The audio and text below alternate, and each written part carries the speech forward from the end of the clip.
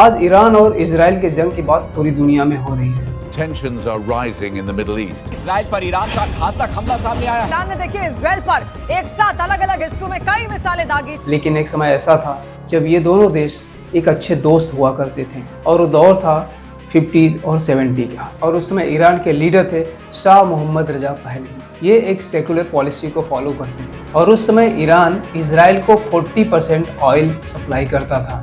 Israel भी Iran को military training से लेकर के इंफॉर्मेशन टेक्नोलॉजी की हेल्प करता था और ये दोनों देश मिलकर एक डिफेंस प्रोजेक्ट पर काम कर रहे थे जिसका नाम था project flower. Shah Mohammad Reza Pahlavi एक ऐसे लीडर थे वो सिर्फ इस्लामिक कल्चर को फॉलो नहीं करते थे, वह सभी कल्चर में बिलीव रखते थे।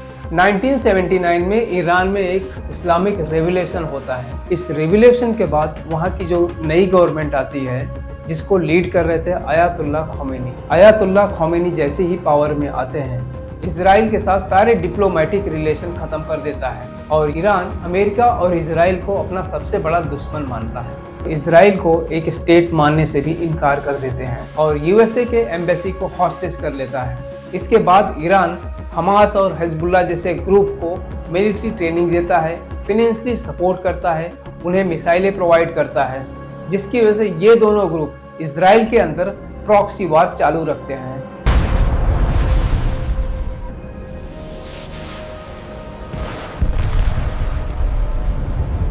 इजराइल भी रिटेलिएट करता है एयर स्ट्राइक के थ्रू।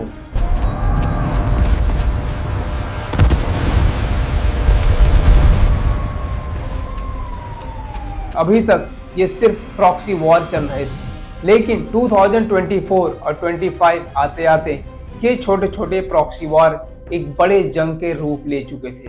अप्रैल 2024 में ईरान ने इजराइल के ऊपर करीब 180 से ज़्यादा बैलिस्टिक मिसाइलें फायर करता है और ड्रोन से भी हमले करता है। बदले में इजराइल एयर स्ट्राइक के जरिए रिटेलिएट करता है। इस अटैक में इजराइल ने ईरान के मेजर सिटीज़ पर एयर स्ट्राइक किया। 13 जून 2025 इजराइल ने ईरान के मिलिट्री बेस और न्यूक्लियर साइट्स पर अटैक किया, जिसे 12 डे वॉर के नाम से भी जाना जाता है।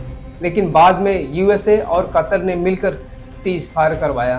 28 फरवरी 2026 यूएसए और इजराइल ने मिलकर ईरान के ऊपर अटैक किया, जिसमें ईरान के सभी बड़े लीडर्स मारे जाते हैं। लेकिन ईरान अभी भी पीछे नहीं हटा है। इजराइल के ऊपर उसकी मिसाइलें और ड्रोन अभी भी फायर कर रहे हैं।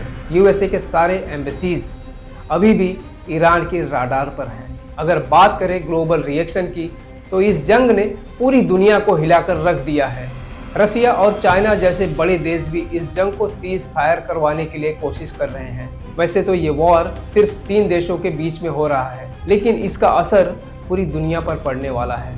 आपको क्या लगता है दोस्तों? आप अपनी राय कमेंट बॉक्स में लिखकर बताएं। धन्यवाद।